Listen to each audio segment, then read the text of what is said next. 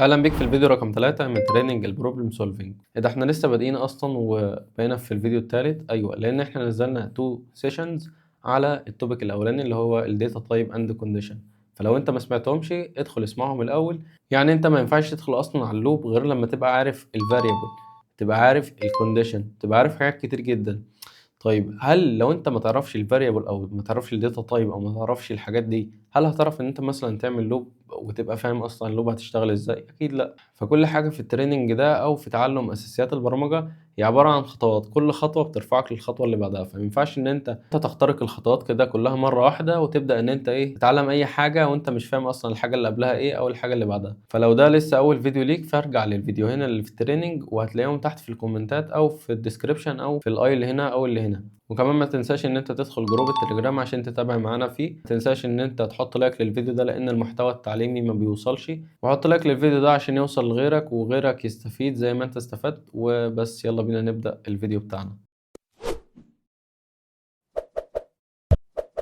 بسم الله والحمد لله والصلاة والسلام على رسول الله. اللهم صل وسلم وبارك على سيدنا محمد. أنا محمد القاضي ودي قناة شفرة بلس. ما تنساش تشترك في القناة وتفعل زر الجرس عشان يوصلك كل الفيديوهات الجديدة. وكالعادة حضر قهوتك وجهز قلمك وكشكولك ويلا بينا نبدأ الفيديو. فبإذن الله هنطلع من الفيديو ده فاهمين يعني إيه لوب وفاهمين يعني إيه نستد لوب، وهتبقى الدنيا كويسة بالنسبة لنا.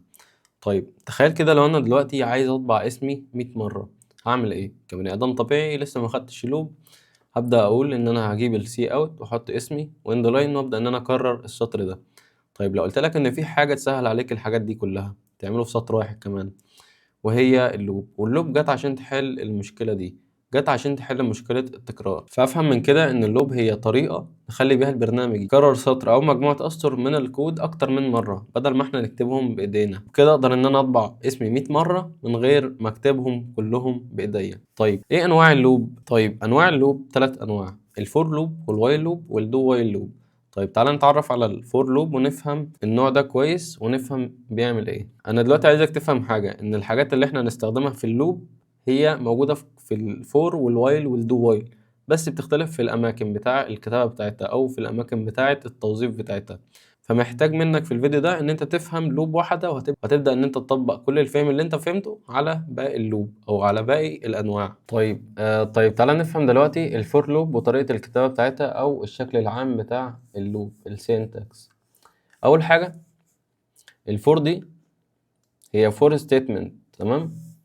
ببدأ ان انا افتح الاقواس واعمل الثلاث حاجات دول. اول حاجة الانيشاليزيشن، تاني حاجة الكونديشن، تالت حاجة الابديت. طيب يعني ايه الكلام ده كله؟ وجوه بيبقى الكود بتاعي اللي انا عايز انفذه. طيب اول حاجة الانيشاليزيشن يعني ايه؟ يعني البداية بتاعت اللوب بتاعتي، البداية بتاعت اللوب. طيب يعني ايه initialization اصلا او بعمل ايه في المكان ده؟ انا اول حاجة في الانيشاليزيشن بعرف الكاونتر بتاعي او بعمل له تهيئة، او ان انا بقول للكومبايلر ان انا والله هبدأ من كام، هبدأ اللوب بتاعتي من رقم 1 او هبدأ اللوب بتاعتي من رقم 2 او هبدأ اللوب بتاعتي من رقم 3. تمام. دي البداية بتاعت اللوب بتاعتي. تاني حاجة الكونديشن، الشرط بتاع اللوب، شرط الاستمرارية. ما علينا من الخط المعوج ده. رقم 3 الابديت اللي هو في كل لفة زود لي واحد، ودي اللي هي الاي بلس بلس واللي هي الانكريمنت. تمام. وجوه اللوب ببدأ ان انا اعمل الكود بتاعي اللي هو الناتج عن عملية التكرار. طيب تعالى نشوف مثال بسيط نفهمنا الدنيا ديت شغالة ازاي او بتعمل ايه. طيب لو انا دلوقتي عايز اعمل لوب تطبع لي من 1 لحد 5، هعملها ازاي؟ تعالى نشوف. اول حاجة هعمل الفور بتاعتي، نكتب عربي.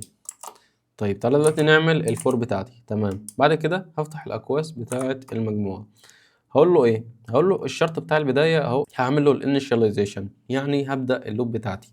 طيب هقول له ايه في البدايه؟ هقول له انت مثلا اي بتساوي 1. يعني ايه بقى؟ يعني اللوب بتاعتي هتبدا من رقم 1.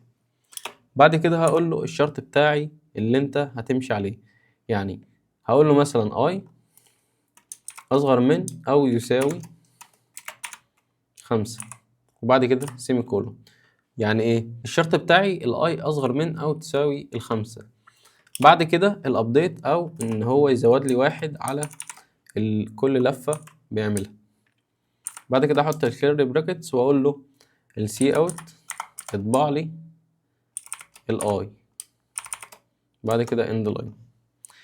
طيب تعالى نفهم احنا عملنا ايه في الكود ده. تعالى بس نعمل رن ونشوف هيطبع ايه. طيب طبعا من 1 لحد 5. طيب تعالى ناخده كوبي، تعالى ناخده سكرين شوت زي العيال الهنود. هيلو برادر، تعالى نفهم البتاع دي شوية. انا عايزك بقى على ما اروح احط البتاع دي تروح تعمل لي كوباية شاي لذيذة كده زي حضرتك. طيب اول حاجة احنا فهمنا ان الفور دي عبارة عن ايه، عن فور ستيتمنت. طيب انا اول حاجة البداية بتاعت اللوب بتاعتي. تمام. انا قلت له اللوب بتاعتي هتبدأ من كام؟ هتبدأ من 1. يعني انا عرفته ان الكاونتر بتاعي او العداد بتاعي هيبدأ من كام؟ هيبدأ من 1. طيب الاي اصغر من او يساوي 5. تعالى نكتبها تحت هنا. يعني انا هنا بقول له طول ما الاي بتاعتي اصغر من او تساوي 5 فاللوب بتاعتي هتفضل شغالة. اول ما الاي تبقى ب6 او تبقى اكبر من 5 اللوب بتاعتي هتقف. تمام. وفي كل لفة هيزود لي 1، بعد كده هيطبع لي الاي. طيب تعالى نمشيها لفة لفة ونفهم هتتعمل ازاي. تعالى نشيل العك كده كله. انا في اول لفة بدأت من كام؟ بدأت من 1. بعد كده اي اصغر من او تساوي 5، فعلا اصغر من او تساوي 5 فهيطبع لي كام؟ هيطبع لي 1.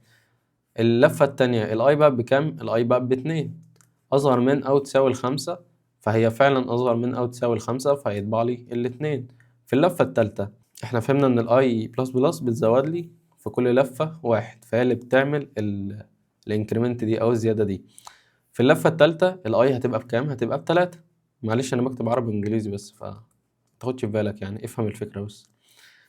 فاللفة التالتة الاي بكام؟ الاي ب3 اصغر من او تساوي 5، فعلا الاي اصغر من او تساوي 5 فهتطبع 3.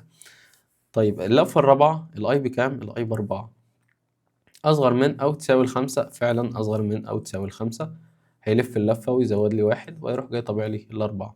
طيب رقم 5 اللفة الخامسة يعني الاي عندي بكام؟ الاي ب5. بعد كده هتبقى الاي اصغر من او تساوي 5، فعلا الشرط متحقق فهتبقى ب5. في اللفة السادسة الاي بقى بكام؟ الاي بقى ب6. هيدخل على الكونديشن بتاعي او هيدخل على الشرط بتاعي، هيقول له الاي ب6، 6 اصغر من او تساوي 5. هيقول له لا، وقف لي العملية ديت وخلاص اللوب وقفت لحد كده. هيروح جاي طابع لي 1 2 3 4 5. تمام. تعالى بقى نشوف حاجة تانية. طيب تفتكر مثلا لو انا شلت علامة اليساوي دي هيطبع كام؟ لو انا مثلا شلت علامة اليساوي هيطبع كام؟ هيطبع لحد ال4. طيب ايه اللي حصل هنا؟ هو انا هنا بقول له الاي اصغر من 5، يعني طول ما الاي اصغر من 5 اطبع لي. طول ما الاي بتاعتي اصغر من 5 فهو مش هيطبع لي 5. انما مثلا اصغر من او يساوي 5، يعني اصغر من او تساوي 5، او تساوي 5، فاو تساوي دي هتطبع 5. انما اصغر من بس فهي هتطبع لحد كام؟ هتطبع لحد ال4 بس. طيب لو انا عايز اطبع تنازلي، يعني انا لو انا عايز اطبع الارقام تنازلي اعملها ازاي؟ يعني انا هنا تصاعدي اللي هو ايه، 1 2 3 4 5 تصاعدي. لو انا عايز اعمل تنازلي اللي هو من الكبير للصغير، لو انا عايز اقول له 5 4 3 2 1 اعملها ازاي؟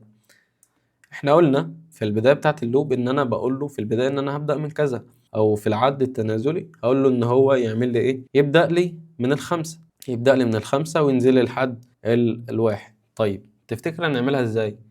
هنيجي هنا في شرط البداية واقول له 5، واقول له هنا في الشرط بتاعي اي اكبر من او تساوي 1. طيب تفتكر هي هتتعمل كده؟ يعني تفتكر هل اللوب بتاعتي صح؟ انا بدأت من كام؟ بدأت من 5. تفتكر هنا ازود 1 ولا نقص 1؟ فكر فيها لمدة ثانية. ما ينفعش ازود 1.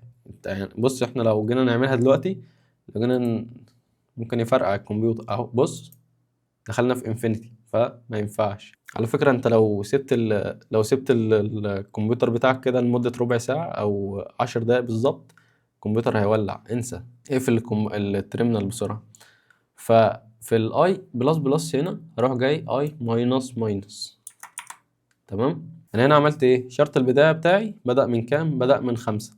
بعد كده الكونديشن او الحاجة اللي بيتشيك منها، والله الاي اكبر من او تساوي الواحد. فعلا الاي هتبقى اكبر من الواحد فهتطبع.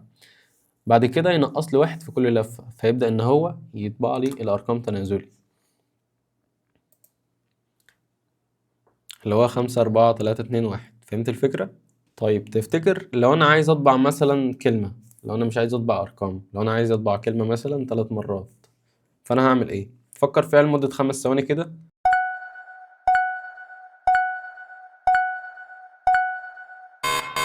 انا دلوقتي عايز اعمل ايه؟ عايز اطبع كلمة، عايز اطبع كلمة مثلا 3 مرات. طيب ممكن تقول لي مثلا هبدأ من ايه؟ انا عندي هنا في البداية بتاعتي هبدأ من كام؟ هبدأ من 1. ليه هبدأ من 1؟ لان انا هبدأ 1 2 3، هطبع 3 مرات. بعد كده الكونديشن بتاعتي او الشرط بتاعي هقول له الاي اصغر من، هقول له الاي اصغر من او تساوي 3.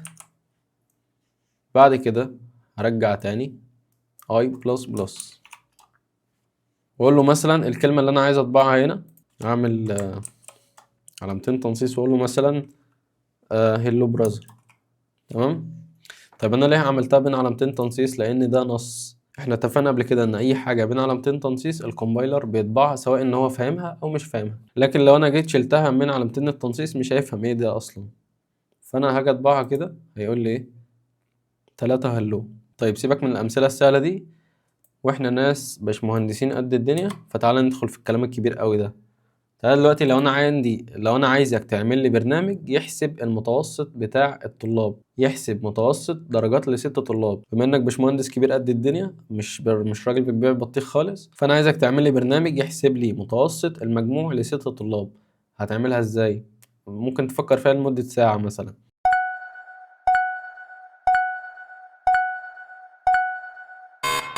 تعالى دلوقتي نحلها سوا. انا دلوقتي بقول لك ايه؟ اعمل لي برنامج بيعمل ايه؟ بيعمل اول حاجه انا عرفتك الرقم اللي هم ال6 طلاب، فانا بقيت عارف انا هطبع كام سطر. تمام. فدلوقتي لو انا جيت مثلا قلت ايه؟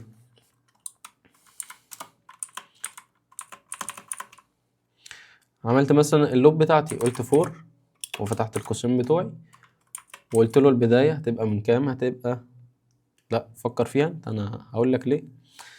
طيب البدايه بتاعتي هقول له الانت اي. على فكره انا مش شرط ابدا كل مره باي، ممكن ابداها بفي، ممكن ابداها بايه. فممكن نمشيها ايه مثلا؟ لا تفكر مثلا ان عشان لوب لازم ابدا باي، لا مش شرط، ده مسميات عادي. انا ممكن اكتبه كاونتر او ممكن اكتبه طيب تعالى دلوقتي احنا ممكن نسميها اي اسم عادي. هنسميها مثلا ايه وهنبدا بكام؟ هنبدا بواحد. حلو كده. انا بدات اللوب بتاعتي بكام؟ بواحد. طيب تعالى على الشرط بتاعي. انا عرفتك ان هما كام؟ 6 طلاب. فانا هقول له الكونديشن بتاعتي هتبقى الاي اصغر من او تساوي ال6، حط السيمي كولون. لازم بعد الانيشاليزيشن سيمي كولون وبعد الكونديشن بتاعي السيمي كولون.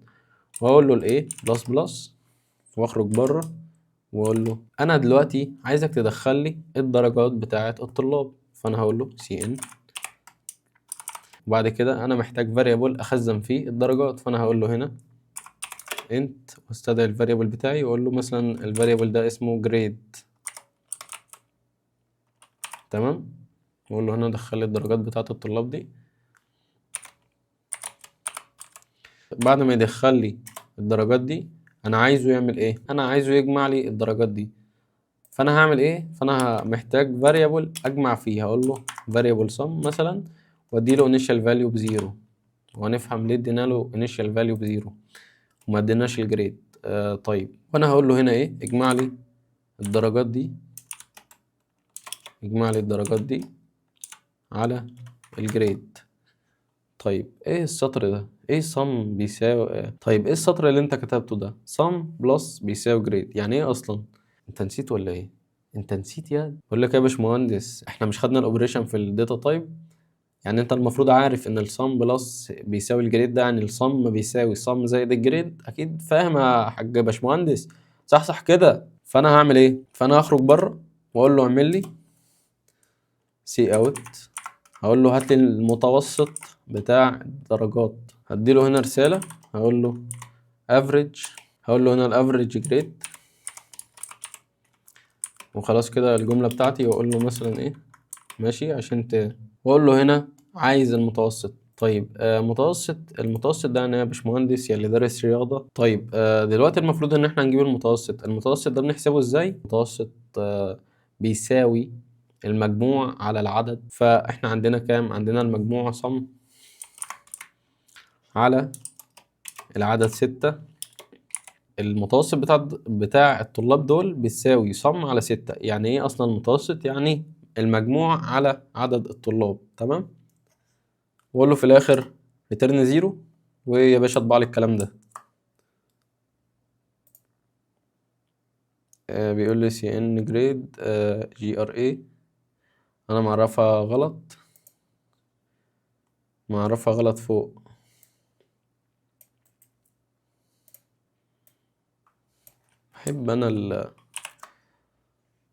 بحب انا شوية الايرور اللي بتلاسوا دي كمان. شفت بقى ده انا اتلخبطت. المفروض هنا الايه اصغر من او تساوي ال6. ليه بقى؟ لان انا مشيتها كلها ايه مش اي. فانا عشان بكتب اللوب على طول اي، فانا متعود ان هي ايه كلها اي. بس هي طالما بدأت بالايه يبقى كلها ايه. تمام. تعالى دلوقتي نعمل رن. اول حاجة او المفروض هنا ان انا ادخله البتاع، بس انا هنا هكتب له رسالة. طيب المفروض هنا ان انا بقول له دخل لي الدرجات. فانا محتاج هنا اكتب له رسالة الاول ان انت محتاج تدخل لي. اقول له سي اوت انتر ايه، يبقى في رسالة تقول له والله دخل لي الدرجات. اقول له مثلا اول درجة 22، تاني درجة 33، تالتة 44، ال55، 66، 76. هيقول لي افريج جريد 49. طيب فهمت المثال ده؟ احنا هنا في المثال ده عملنا ايه؟ طيب تعالى ناخدها عشان نشرحها. طيب في المثال ده احنا عملنا ايه بالظبط؟ انا اول حاجة عرفت variable 1 و variable 2. variable grade عشان اخلي اليوزر هو اللي يدخل القيمة او يدخل الدرجة، و variable sum عشان يجمع لي الدرجات دي. تمام. بعد كده بدأت ان انا اعمل اللوب بتاعتي. طيب في اللوب بتاعتي انا طبقت فيه الثلاث شروط. اول حاجة انا بدأت اللوب بتاعتي برقم كام؟ بدأتها برقم 1. بعد كده اديت له الشرط بتاعي. انا قلت له الشرط بتاعي الايه بتساوي اصغر من او يساوي ال6 طلاب. تمام. طيب هو الكومبايلر فهم ايه من الكلام ده؟ فهم ان الايه اكبر من او تساوي ال6. يعني طول ما الايه عندي لسه ب6 فالشرط بتاعك هيتنفذ. اول ما الايه بتاعتك تبقى ب7 هيخرج من اللوب. تمام. والايه بلس بلس هنا بيزود لي 1 في كل لفة. بعد كده نديت له هنا رسالة بتقول له انتر جريد، بحيث ان هو يبقى فاهم ان في رسالة بتقول له والله دخل الجريد والايه هنا. وقلت له دخل لي، وقلت له جنب الانتر جريد دخل لي القيمة اللي في الايه اللي هي مثلا في اللفة الاولى نتيجة الطالب الاول او نتيجة الطالب رقم 1. فهتلاقيه بيقول لك انتر جريد 1، بيقول لك ان انت تدخل لي الدرجة. وبعدين في اللفة التانية هتلاقيه بيقول لك ان هو انتر جريد 2 اللي هو الطالب التاني او نتيجة الطالب التاني. طيب ده حصل ازاي؟ ده حصل من امر سي ان جريد. تمام. سي ان جريد ده بيعمل ايه؟ ده بيخلي المستخدم هو اللي يدخل القيمة. تمام. طيب نيجي على السطر ده. انا بجمع الدرجات اللي الطالب دخلها. طيب السطر ده عبارة عن sum يساوي sum زائد الجريد. تمام. واحنا خدناه في الداتا تايب اللي هو sum equal بيساوي الجريد. ده هتحتاجه كتير جدا وهتستخدمه كتير جدا. فايه؟ فرجع على معلوماتك. بتساوي sum يعني بتساوي sum زائد الجريد. حلو كده. حلو كده. بعد كده انا طلعت من اللوب خالص. يعني اللوب بتاعتي اهي. تمام.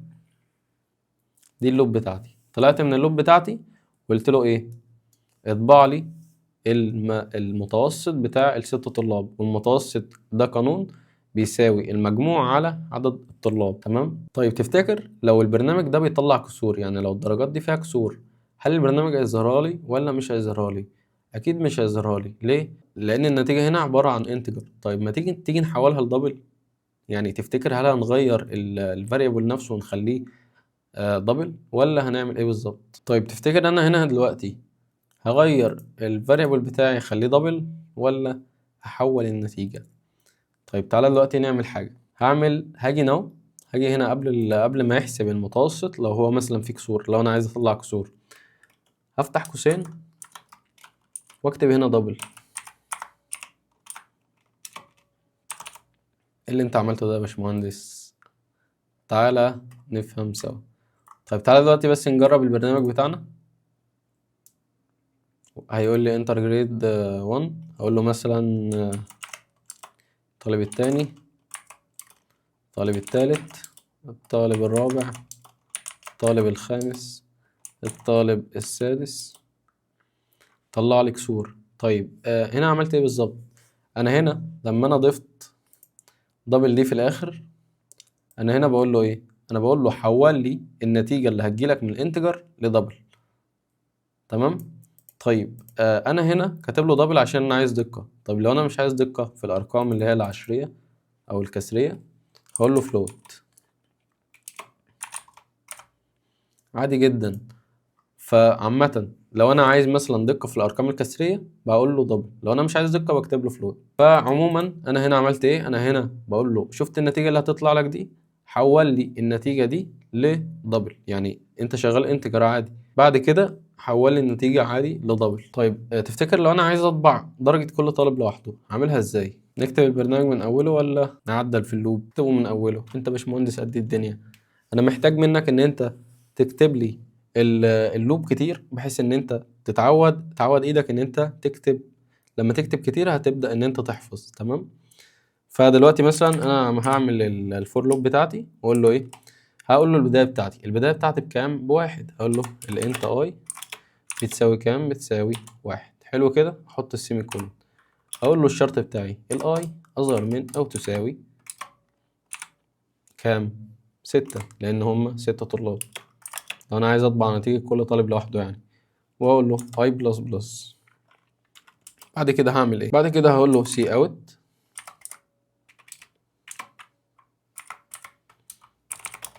بعد كده اديله رسالة اقول له انتر.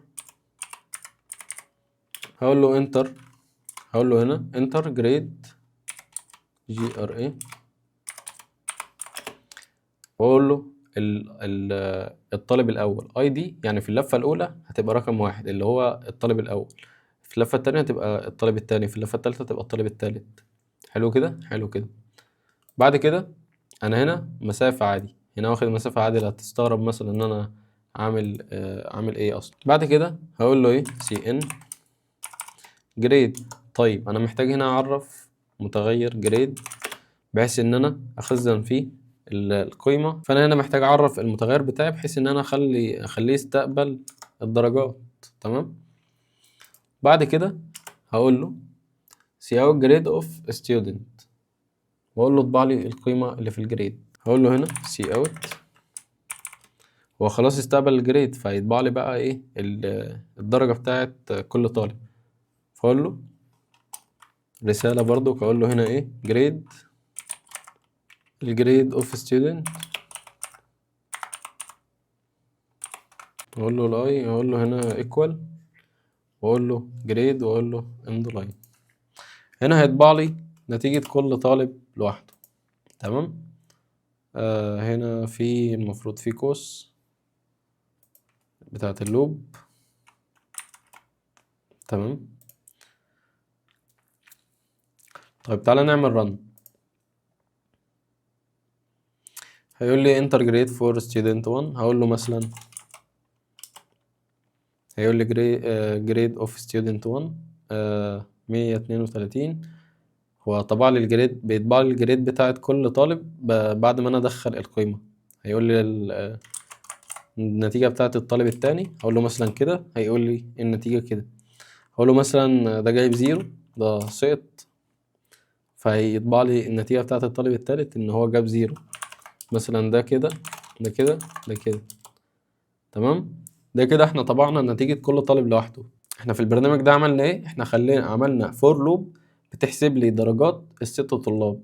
وبيحسب الدرجة ويطبعها، يحسب درجة الطالب الأول ويطبعها، يحسب درجة الطالب التاني ويطبعها، يحسب لحد السادس ويطبعها. تمام. تعال ندخل على حاجة تانية. طيب لو أنا قلت لك دلوقتي اعمل لي برنامج بيستقبل كام؟ بيستقبل 10 أرقام. تمام. طيب ال10 أرقام دول هيعمل إيه فيهم؟ هيطبع مجموع الأرقام الزوجية ومجموع الأرقام الفردية. تفتكر مثلا هنعملها إزاي؟ يعني ممكن ندمج حاجة إحنا اتعلمناها قبل كده مع اللوب. ممكن مثلا نوظف حاجة احنا اتعلمناها قبل كده في الداتا تايب مع اللوب. يعني فكر فيها لمدة 5 دقايق كده، او 5 ثواني قصدي، وتعالى نعملها سوا. شايف الامثلة دي كلها انت تقدر تطبقها على انواع اللوب كلها. تمام. انا اول حاجة هو عرفني انا مديني كام رقم، مديني 10 ارقام، فانا هبدأ من كام؟ هبدأ من 1 وانتهي لحد 10. فانا والله هقول له الفور لوب بتاعتي بتساوي فور، بيكتب عربي ليه؟ فور، وافتح القوسين بتوعي واقول له البداية بتاعتي هتبقى من كام؟ هتبقى من 1. هقول له الانت اي بتساوي كام؟ بتساوي 1، وبعد كده سيمي كولون. كلام جميل. الشرط بتاعي اي اصغر من او تساوي 10، وبعدها سيمي كولون. بعد كده الامر الزيادة بتاعي اللي هيزود لي في كل لفة 1 يعني. بعد كده احط الاقواس بتاعتي واقول له هنا ايه. يعني تفتكر انا هقول له ايه؟ هخلي اليوزر هو اللي يدخل القيمة. طيب انا محتاج variable اخليه يستقبل الحاجات دي، فانا هقول له هنا int num. تمام. وانزل تحت اقول له ايه؟ cout، اقول له cn قصدي، اقول له cn هنا ايه؟ cn num، اللي هو خلي المستخدم يدخل لي الارقام او المستخدم يدخل ارقام. طيب انا محتاج اديله رسالة الاول بحيث ان يفهم ان في ارقام هتدخل. طيب قبل ال cn اقول له ايه؟ اقول له cout وعلامتين تنصيص واقول له انتر نمبر. حلو كده، حلو كده. هينزل تحت يدخل لي النمبر. طيب المفروض هنا هعمل ايه؟ هبدأ ان انا تشيك، هقول له والله هل الارقام اللي هتدخل لك دي فردية ولا زوجية؟ طيب الارقام الزوجية 2 4 6 8، الارقام الفردية 1 3 5. طيب هعمل كده ازاي؟ هعملها بالاف كونديشن. اول حاجة هحط الاف ده عبارة عن اف ستيتمنت. تمام. هحط القوسين بتوعي اللي هحط فيهم الكونديشن. طيب الكونديشن بتاعي بيقول ايه؟ لو الرقم المفروض هيدخل لك هنعمل له مثلا مودولوس 2 نمب مودولوس 2 ايكوال 0. يعني الرقم اللي باقي القسمة بتاعه 0 هيبقى رقم زوجي او رقم ايفن او ايفن نمبر. طيب انا هنا عشان اخليه يطبع لي، عشان اخليه يجمع لي الارقام الزوجيه ويجمع لي الارقام الفرديه، فانا محتاج variable لده وفاريبل لده. فانا هنا هعمل كوما، هعرف 2 variable even sum و odd sum. even ده اللي هو الرقم زوجي even sum،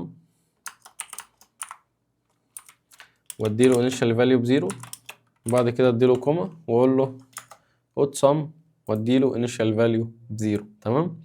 انا عرفت المتغيرات بتاعي في سطر واحد، فعشان كده عملت بين كل واحد كوما. تمام. فانا هنزل بعد الاف واقول له ايه؟ الايفن سم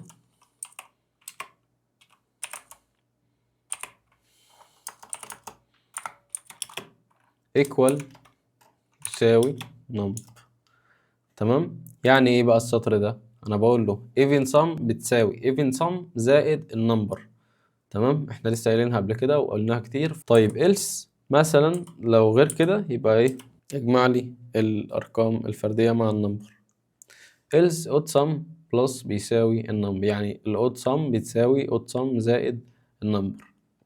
طيب اخرج بره الفور لوب بتاعتي واقول له ايه؟ سي اوت اجمع لي الارقام sum of even number، واقول له اطبع لي القيمه اللي في الفاريبل اللي اسمه even sum. تمام. وانزل سطر كمان واقول له يطبع لي الارقام اللي هي في الاود sum. اجي كده اعمل رن.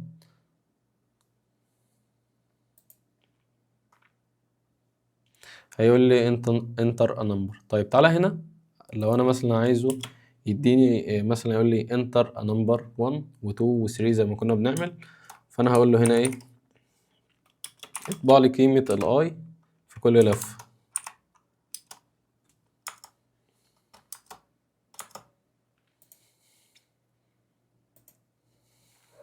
واقول له رن. هتلاقيه بيقول لي انتر ا نمبر 1، واقول له ايه، ممكن اشيل دي بحيث ان في اي واي. تعال نجرب تاني. ضبط الشغل اهم من الشغل نفسه، فاظبط الشغل عشان ايه الكود يطلع شغاله مية مية. فهيقول لي انتر نمبر 1، هقول له 1. انتر نمبر 2 اقول له 2. انتر نمبر 3 3 4 5 6 7 8 9 10.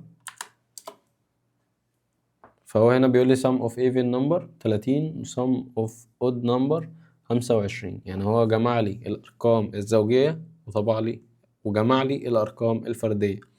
تمام. يبقى أنا كده وظفت ال if condition مع الفور لوب، وأقدر إن أنا أوظف حاجات كتير جدا. بس كل ما أتعلم حاجة هبدأ أوظفها مع الحاجة اللي قبلها، بحيث إن أنا إيه منساش، وأبدأ إن أنا إيه أبقى فاكر الحاجات ديت بتعمل إيه والدنيا دي كلها ماشية إزاي. طيب تيجي نشرح الكود ده لو معصلك معاك، لو انت اصلا مش فاهم احنا عملنا ايه هنا.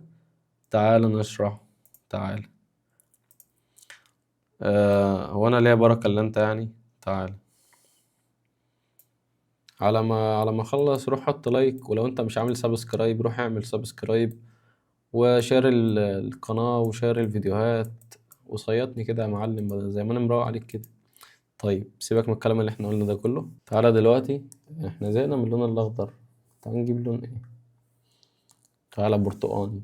تعالى دلوقتي نفهم. أول حاجة، أنا هنا عرفت 3 متغيرات في سطر واحد. أول حاجة ال3 متغيرات دول من نوع داتا تايب اسمها انتجر. طيب انتجر ده بيعمل إيه؟ بيخزن أرقام صحيحة. طيب الفاريبل اللي اسمه نم بيعمل إيه؟ خليت المستخدم يدخل فيه القيمة، يخزن القيمة اللي اليوزر نفسه هيدخلها. حلو كده، حلو كده، تمام. خلصنا من ده. الايفن sum، واديت له initial value بزيرو. يعني ايه initial value؟ يعني قيمة مبدئية أو قيمة أولية. تمام. الصفر ده بيبقى رقم محايد، لما ببدأ أجمع فيه بيبدأ إن هو إيه يظبط لي الكلام. وهنفهم أنا ليه أدي أصلا initial value، بس لسه ما جاش وقتها. كمل الفيديو وأنت هتفهم الكلام اللي إحنا بنتكلم فيه ده كله. طيب even sum بتساوي زيرو، ده اللي هجمع فيه الأرقام الإيفن اللي هي الأرقام الزوجية، والأود sum اللي هجمع فيه الأرقام الفردية. تمام تمام.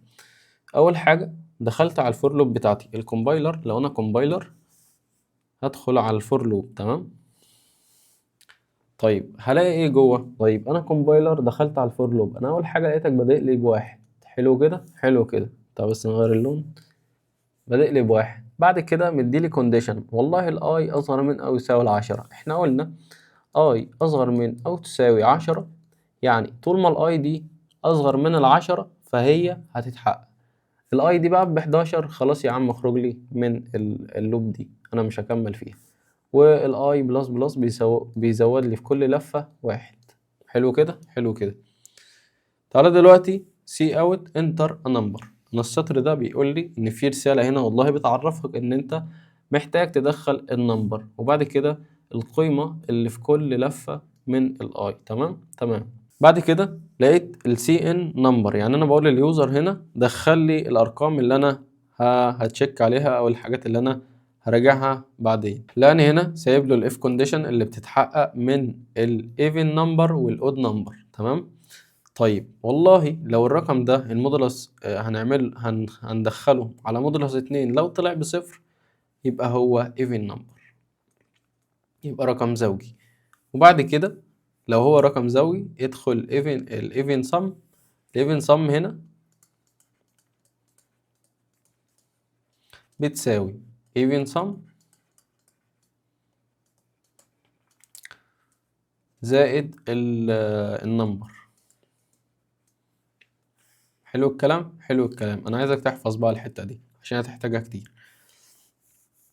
فهو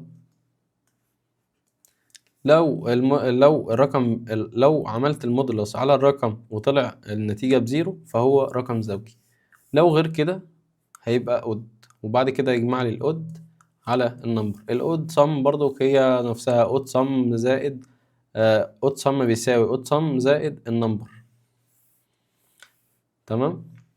بعد كده خرجت بره اللوب، يعني انا لحد هنا بص انا كده اللوب بتاعتي، عشان برضو ايه ما تتلخبطش، لان انت لو عملت الحاجات دي جوه اللوب مش هتطبع بره. يعني لو عملتها هنا جوه اللوب مش هتطبع، فاحنا بنعملها بره اللوب بحيث ان اللوب بتاعتي خلصت خلاص، فيبدأ يطبع لي النتيجة.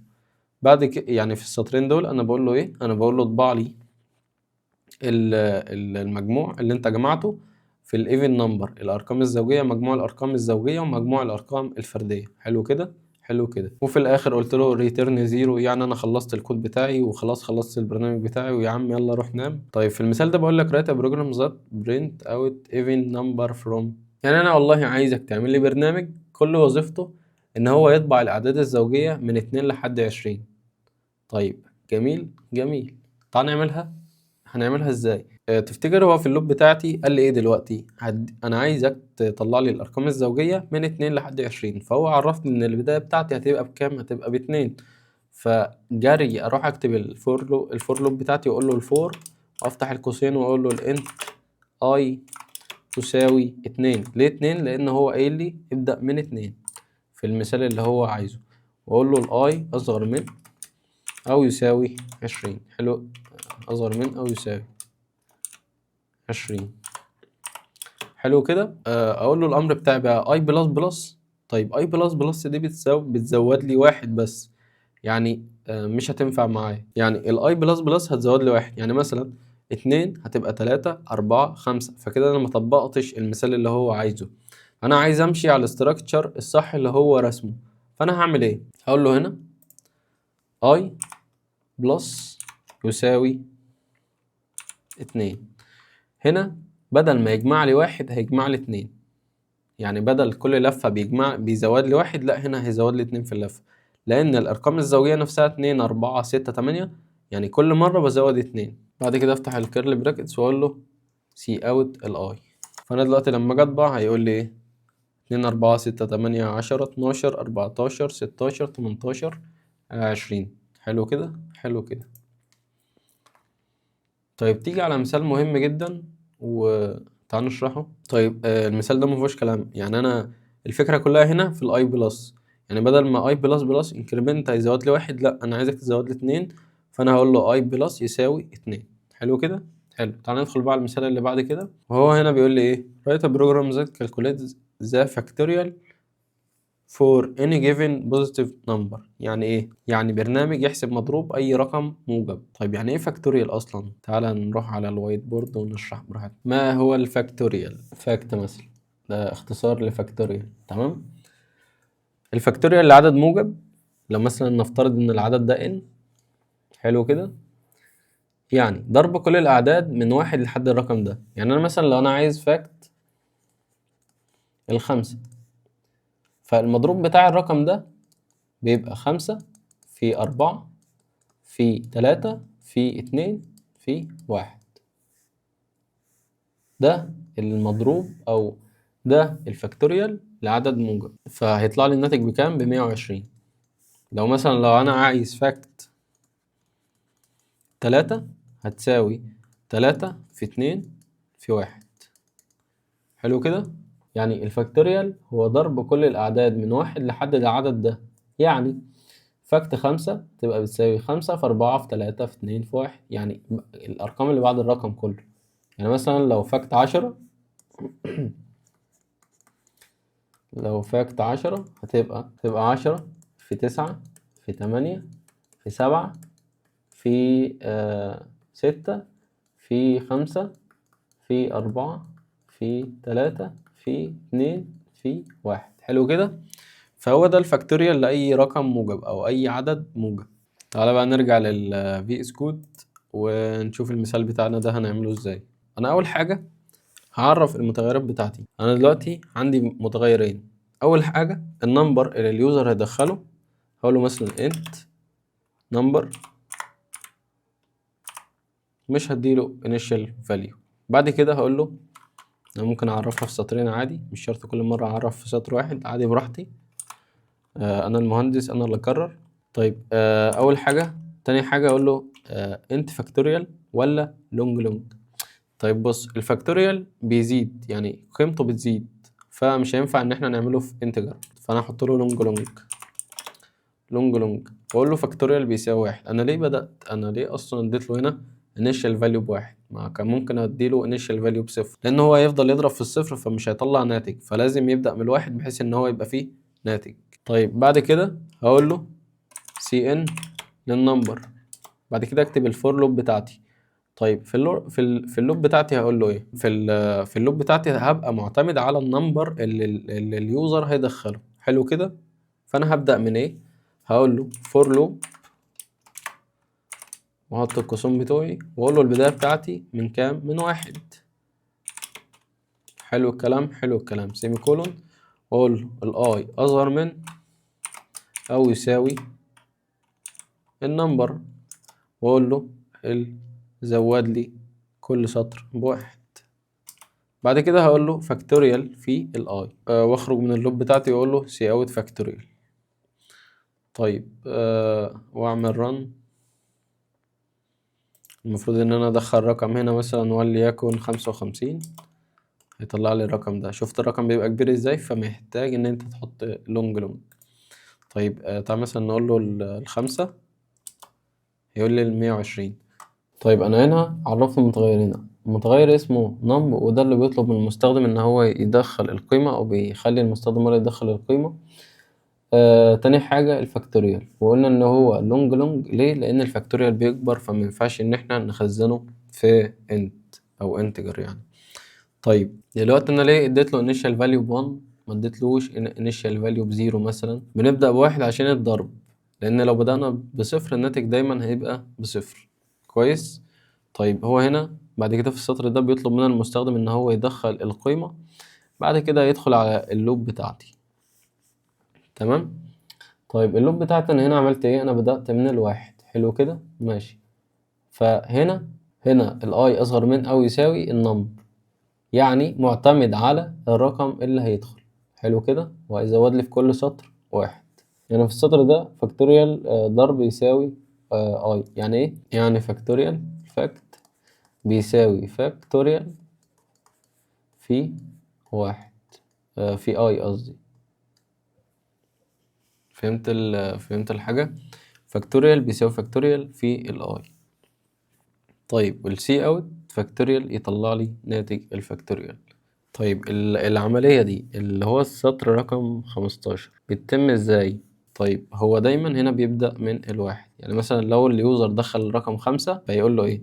الفاكتوريال بيساوي واحد في واحد، فهتساوي كام؟ هتساوي واحد. الفاكتوريال بتساوي واحد في 2، فهتساوي كام؟ هتساوي 2. الفاكتوريال 2 في 3، فهتساوي كام؟ هتساوي 6. الفاكتوريال 6 في 4 ما هتساوي 24. الفاكتوريال 24 في 5 بتساوي 120. فهمت الفاكتوريال هنا بتتحسب ازاي؟ فده كان مثال الفاكتوريال. بعد كده بيطلع لي القيمة بتاعة الفاكتوريال. طيب تعالى نشرح حاجة مهمة وهي الانيشال فاليو. انت شايف المثال ده؟ طيب انا ليه اصلا ادي الفاريبل بتاعي انيشال فاليو، وامتى اديه وامتى ما اديهوش؟ تمام. دلوقتي شايف المثال ده وشايف المثال ده؟ تعال نطبقهم عملي. مثلا هنا الانت سم، وبعد كده الفور لوب بدأ من الواحد، الكونديشن بتاعه 10، بيزود في كل لفة واحد، بعد كده بيجمع لي السم على الاي. تمام تمام.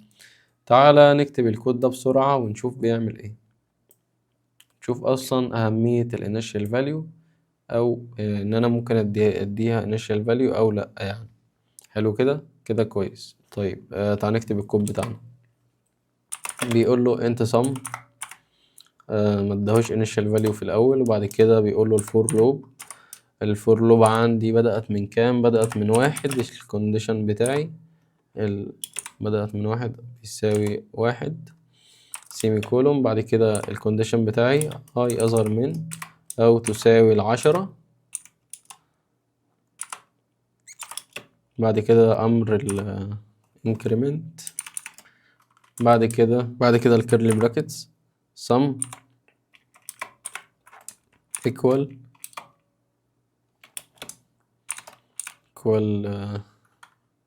يساوي الاي. بعد كده اخرج لي بقى بره اللوب واطبع لي نتيجة الصم. طيب تعالى بس ندي ديت initial value ب0 ونعمل run. نتيجة اللوب ديت 55. حلو كده. طيب تعالى بقى نشيل الانيشال فاليو دي، نخليها بس ايه من غير initial value ونقول له ايه run. طلع لي نتيجة مختلفة تماما عن اللي انا كنت معرف فيها الانيشال فاليو. طيب اي متغير لو استخدمته من غير ما تديله initial value او قيمة اولية بيبقى فيه قيمة عشوائية من الميموري. يعني ايه؟ يعني دلوقتي المتغير ده مخزن قيمة عشوائية من الميموري، فانا لما جيت اعمل له run هو طلع لي نتيجة مختلفة عن لما اديت له initial value.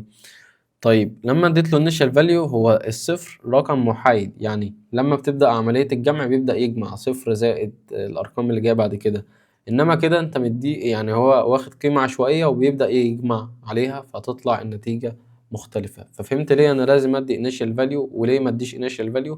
أنا ما اديش initial value في حالة إن المستخدم هو اللي هيدخل القيمة، فبيبدأ يخزن الحاجات اللي هو إيه اللي المستخدم بيدخلها. أنا دلوقتي فهمت إن أنا لو استخدمت اي variable من غير ما اديله initial value فهو هيبقى مخزن قيمة عشوائية من الميموري، فهيطلع لي نتيجة مختلفة تماما عن النتيجة اللي الكود هيطلعها. فمهم جدا لازم اديله initial value. طيب فهمت الحتة دي؟ أهمية ان انا ادي initial value للمتغير بتاعي. طيب في اشكال كتيرة تقدر ان انت تكتب بيها الفور لوب، عشان لو انت لقيت حد كاتبها يعني ممكن تلاقي ناس بتستخدمها اصلا، فعشان ما تستغربش يعني. اول مثال هنا بيقول لك ايه؟ بيقول لك انت اي بيساوي 1. تمام، ده اللي هو الانيشاليزيشن، البدايه بتاعه الفور بتاعتك. وهنا حاطط لك سيمي كولون وبعد كده قايل لك الاي اصغر من او تساوي 10 ومكمل لك اللوب بتاعتك عادي. بس لازم طالما خرجت الانيشاليزيشن بره او البدايه بتاعه اللوب بتاعتك فلازم تحط سيمي كولون، لان الفور دايما جواها 2 سيمي كولون، فما ينفعش ان انت تحط له سيمي كولون واحده فمش هتشتغل. فلازم يبقى فيه 2 سيمي كولون جوه الفور. تمام. فالشكل التاني بيقول لك برضو الانيشاليزيشن او البدايه بتاعه الفور بتاعتك بره، وحاطط لك الانكريمنت بره، هتشتغل عادي. في المثال التالت جايب لك ان الاي بلس بلس اصغر من 10. بس الفكره هنا هي صح وكل حاجه، بس هتديك نتائج مختلفه عن الحاجات دي. انا مش بقول لك طبق الحاجات دي، انا بوريك بس ان في اشكال تانية تقدر ان انت تكتب اللوب بتاعتك بيها، او هتلاقي ناس بتستخدمها يعني، فعشان ما تستغربش. برضك عندك دي امر البدايه بتاعتك بره، البدايه بتاعت اللوب بره، وجوه هنا بيقول لك الاي بيساوي 0، اي بلس بلس اصغر من 10. في الاشكال ديت في اللي هتديك الناتج صح وفي اللي هيديك الناتج غلط. هي صح وكل حاجة، بس الناتج هيبقى مختلف عن الناتج الأولاني. مش حابب إن أنا أوجع راسكم لأن إحنا مش هنستخدمها، بس أهو شوف إن في حاجات تقدر إن أنت تكتبها يعني مش هنستخدمها، ولكن تبقى عارف إن في طرق يعني لكتابة الفور بأكتر من شكل. تعالى دلوقتي ندخل على النستد لوب، وأنت ممكن تكون سمعت الكلمة ديت قبل كده في الداتا تايب على النستد اف، فما تقلقش من اي حاجه. النستد لوب من اسهل وامتع الحاجات اللي هتقابلها. النستد لوب دي يعني ايه؟ يعني لوب جوه لوب، يعني فور جوه فور، يعني وايل جوه وايل، يعني فور جوه وايل، وايل جوه فور، يعني لوب جوه لوب. تمام. تعال نبسط النستد فور ديت ونقول ان هي عبارة عن روز وكولومز. يعني ايه روز ويعني ايه كولومز؟ روز يعني صفوف، والكولومز يعني الأعمدة. يعني هي عبارة عن صفوف وأعمدة، كل صف بيمشي على العواميد كلها. يعني ايه؟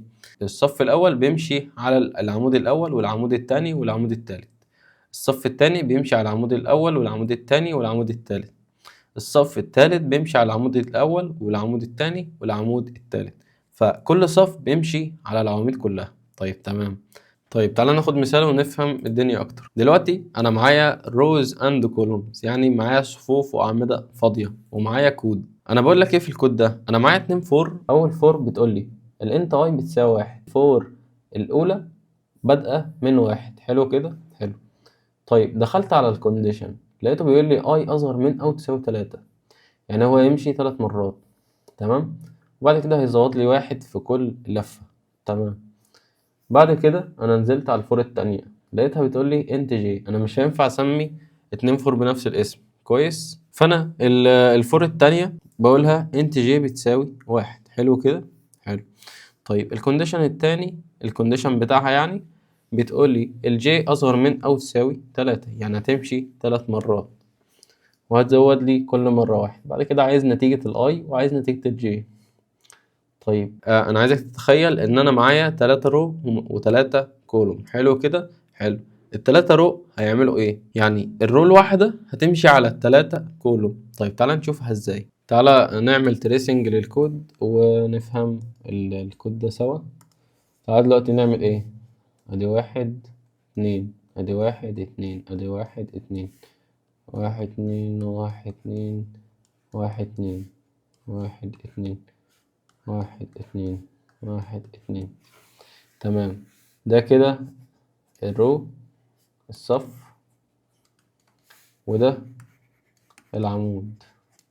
حلو كده، حلو. طيب احنا قلنا ان الصف بيمشي على الكولومز كلهم، والفور هنا بتعمل ايه؟ يعني في النستد فور اول فور هنا، الفور هنا بتبدأ بواحد، بعد كده بتدخل على الفور التانية بتبدأ ايه؟ الفور التانية بتلف كلها. حلو كده، حلو. اول لوب معايا الاي بيساوي 1. كويس. فانا الاي عندي بتساوي 1، الاي بتساوي 1. دخلت على الفور دي، الفور اللي هي التانية اللي هي بجي. طيب اول حاجة الجي ب1 بقت 1 و1. بعد كده الجي ب2 بقت 1 و2. بعد كده بقت 1 و3. طيب بص، انا دلوقتي ببدأ من هنا، ببدأ اللوب الاولى وبدخل على اللوب التانية بلف فيها كلها واخلصها. كويس. وبعد ما اخلص اللوب التانية ببدأ ادخل تاني على اللوب الاولى. بعمل ايه؟ بكمل بقى. يعني هي بدأت بواحد، همشي باتنين، بعد كده هبدأ بتلاتة. الاي عندي بواحد. طيب اول لفة الجي بواحد فهتبقى بكام؟ 1 و1. كويس. طيب اللفة التانية هتبقى الجي ب2 فهتبقى 1 و2. اللفة التالتة الجي هتبقى ب3 فهتبقى 1 و3. طيب نيجي بقى، احنا خلصنا الفور دي، خلصنا اللي فيها. تعالى بقى نرجع تاني لأول فور. هي بدأت بواحد، المفروض دلوقتي الاي بكام؟ الاي ب2 فدخلت على الجي. يعني الاي لما بقت ب2 دخلت على الجي. تمام. اول لفة في الجي بكام؟ بواحد فهتبقى 2 و1. تاني لفة في الجي ب2 فهتبقى 2 و2. تالت لفة في الجي ب3 فهتبقى 2 و3. كويس كده. نرجع تاني بقى للفور الأولانية اللي هي دلوقتي حاليا بكام؟ اللي هي حاليا ب3 فهتبقى الاي بتساوي 3. فنيجي بقى ندخل على الجي ونلف. والله أول لفة في الجي بكام؟ بواحد فهتبقى 3 و1. تاني لفة في الجي هتبقى بكام؟ هتبقى ب2 فهتبقى 3 و2.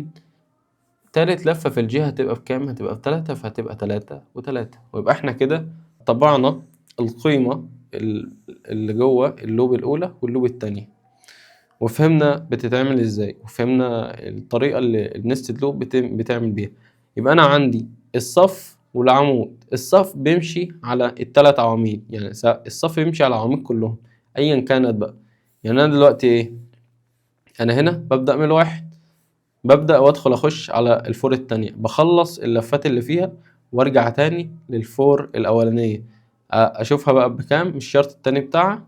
وبعد كده ادخل على الفور اللي جوه افضل اللي فيها وارجع تاني للفور الاولى لحد ما الصفوف تخلص. فهنا هنيجي نقول 1 و1، 1 و2، 1 و3. وهنا 2 و1 2 و2 2 و3. هنا 3 و1 3 و2 3 و3. مش فاهم؟ نعيد تاني.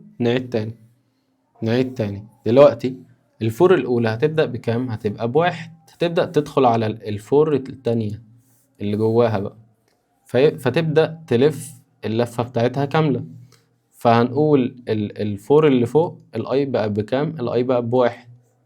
هتمشي على الفور التانية اللي هي الصف، هيمشي على التلاتة كولومز. تمام. الصف الأول عندي بواحد. طيب اللفة الأولى في الجي بكام؟ بواحد، فتبقى واحد وواحد.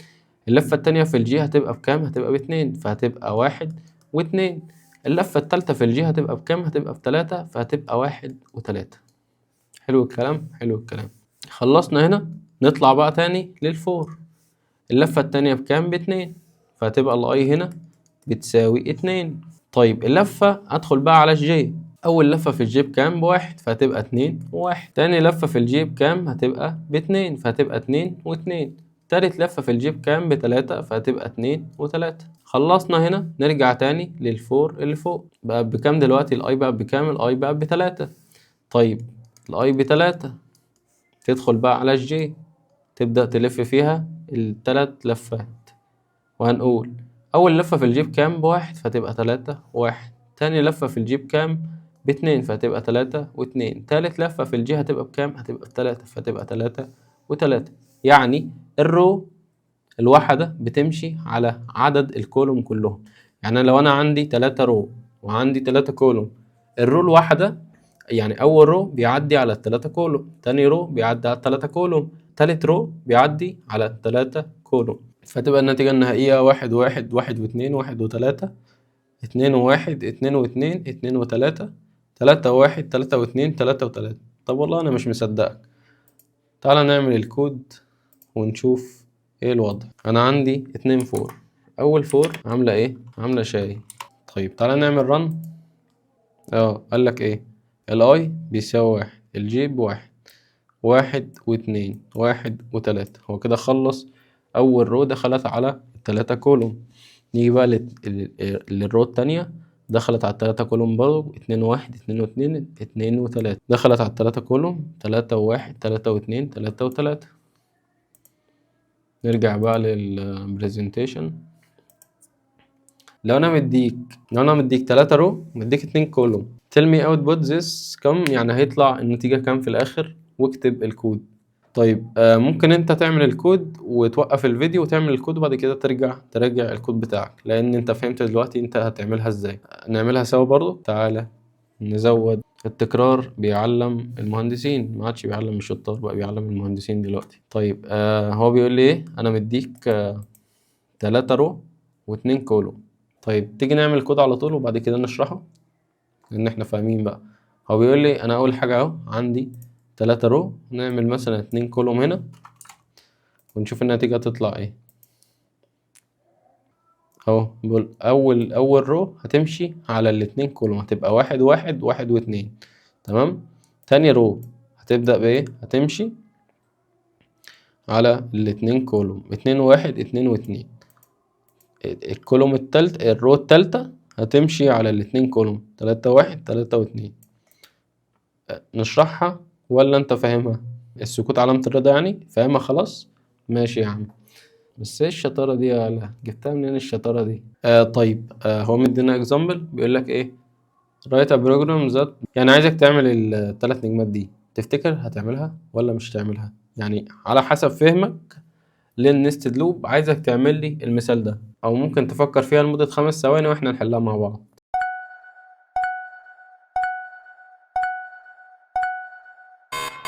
طيب انا عايز اعرف منك حاجة واحدة. يعني انا دلوقتي هنا كام صف؟ 1 2 3 4. تمام. فهو عايز عدد الرو 4. كويس. ادي حاجة. طيب انا فهمت ان هو محتاج 4 رو، فانا هنا هقول له 4 اكبر من او يساوي 4. عدد الصفوف بتاعتي 4.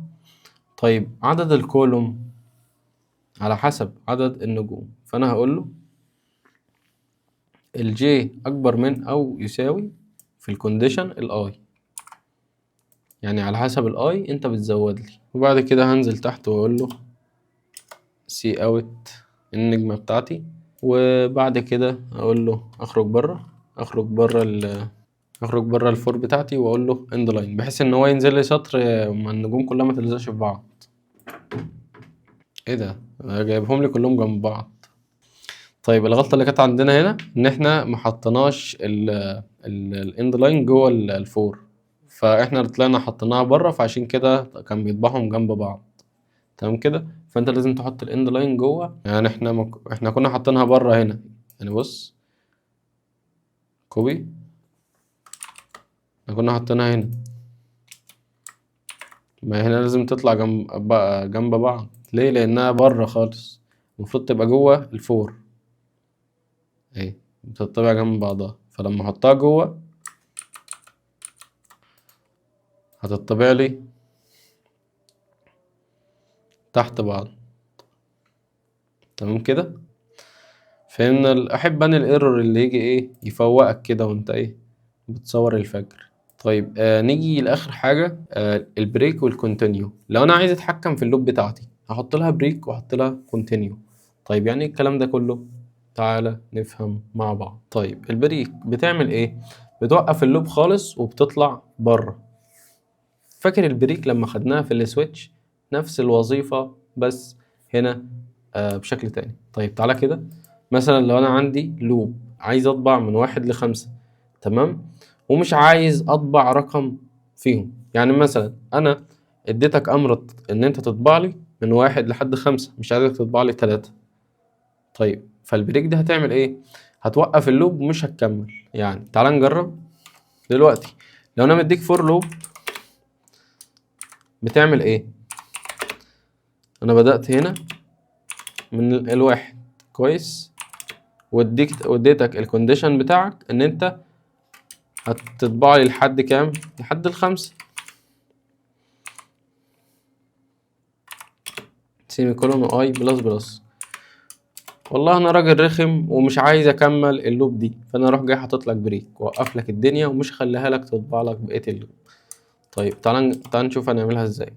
انا اول حاجه هاجي دلوقتي اقول هديله شرط ان هو ايه يوقف لي الدنيا، يعني لو جت عندي دي وقف الدنيا. هقول له اف واديله كونديشن، اول ما الاي تبقى ايكوال 3، اطلع بره اللوب خالص، اعمل بريك. وبعد كده هنيجي نطبع الاي سي اوت الاي ونحط لي فاصلة بينهم.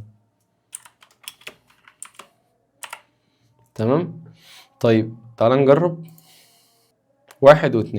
طيب هنا انا بدأت الفور لوب، انا بقول له اطبع لي من 1 لحد 5. حلو. هنا اديت له امر ان هو اول ما يشوف الاي بتساوي 3، اول ما الاي تبقى ب3 اطلع لي بره اللوب وما تكملش. لو جيت اطبع الاي هتقول لي ان هي بتساوي 1 و2، يعني هي عدت لحد ال1 و2 وطلعت ومكملتش اللوب. طيب دي وظيفة البريك. ايه بقى وظيفة الكونتينيو على عكس البريك؟ تعالى نجيبها كوبي عشان انا مكسل اكتبها الصراحة. طيب الكونتينيو بقى بتعمل ايه؟ الكونتينيو بتقول له، يعني مثلا البريك كانت بتوقف الدنيا، الكونتينيو لو لقيت مثلا الاي بتساوي 3 ما تطبعش 3 وكمل اللي بعدها. الكونتينيو يعني بتكمل كونتينيو. طيب لما اجي هنا مثلا احط كونتينيو بدل البريك، هو راح جاي ايه شايل البريك دي واقول له رن، هي مش هيطبع ال3 ويعمل 1 2 4 5، 1 2 4 5. فانا فهمت كده ان البريك بتعمل ايه، بتوقف الدنيا، اللي هي ايه عامله زي ايه، زي الناس اللي بتحب المشاكل، بتوقف المصالح وتوقف كل حاجه وتقعد ايه تتشاكل. انما الكونتينيو عدي يومك يا باشا، واحد مثلا مش عاجبك شيل ده مشيه وكمل اللي انت بتعمله. الكونتينيو عامله زي السكيب، اللي هي ايه اتخطى رقم 3 وكمل لي الباقي. مثلا والله الواد ده مش عاجبني شيله من هنا وكمل الطريق، الرقم ده مش عاجبني شيله من هنا وكمل اللي انت بتعمله. تمام، فهمت الدنيا. طيب نيجي بقى ندخل على الوايل لوب. طيب الوايل لوب نفس اللي الفور لوب بتعمله، اللي هي بتعمل تكرار. اولا فكره الوايل عشان تشتغل طول ما الشرط صح هيفضل يتكرر، السينتاكس بتاع الوايل والكونديشن وبعد كده الكود. طيب تعال نشوف مثال ليها. اول حاجه هعمل البدايه بتاعتي initialization، هديها له بكام؟ بواحد بتاعه اللوب. تمام. واقول له وايل وافتح قوسين للكونديشن واقول له لو الاي اصغر من او تساوي الخمسة، اطلع يا باشا حط لي الكيرلي براكتس واعمل لي السي اوت بتاعتي واطبع لي الاي اند لاين، والانكريمنت بتاعي زود لي واحد. طيب فاكر لو في اللوب احنا قلنا ان اول حاجة بس اللوب كلها بتعملها في سطر واحد، انما ديت مش في سطر واحد. فهنا البداية بتاعتي اللي هي الانيشاليزيشن، بعد كده الكونديشن بتاعي هنا اهو، بعد كده امر الطباعة والانكريمنت هنا اهو اللي هو بيزود لي واحد كل مرة. طيب تعال نجرب كده هتطبع ايه. او 1 2 3 4 5 نفس اللي الفور بتعمله بالظبط، بس هنا الطريقة مختلفة. فالفكرة كلها ان انت تفهم لوب واحدة وهتبدأ ان انت تطبق اللي انت فهمته ده على بقية اللوب. وكمان نقدر نطبق الامثلة دي، يعني شايف لو في البرزنتيشن هنا الامثلة اللي احنا حاطينها دي تقدر ان انت تطبق نفس الحاجة دي، تقدر ان انت تطبق نفس الامثلة دي على الوايل، بس احنا مش هنطبقها عشان وقت الفيديو هيكبر قوي واحنا عارفين النتيجة بتاعتها هتبقى ايه. فهسيبها لك assignment وهتنزلها على جروب الشات.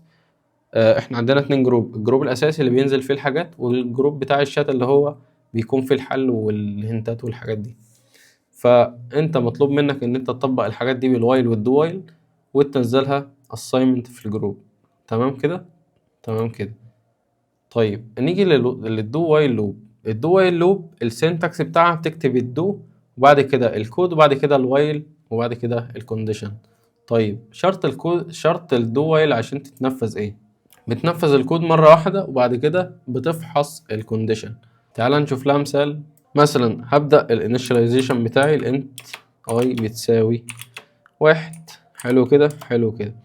هقول له ايه؟ هقول له دو وافتح القوسين وانزل تحت احط الكود بتاعي وليكن السي اوت الاي، نقول له الاند لاين واقول له الانكريمنت بتاعي الاي بلس بلس. تمام. واجي هنا واقول له وايل افتح القوسين واحط الكونديشن بتاعي اي اصغر من او يساوي الخمسة. لو جيت اطبع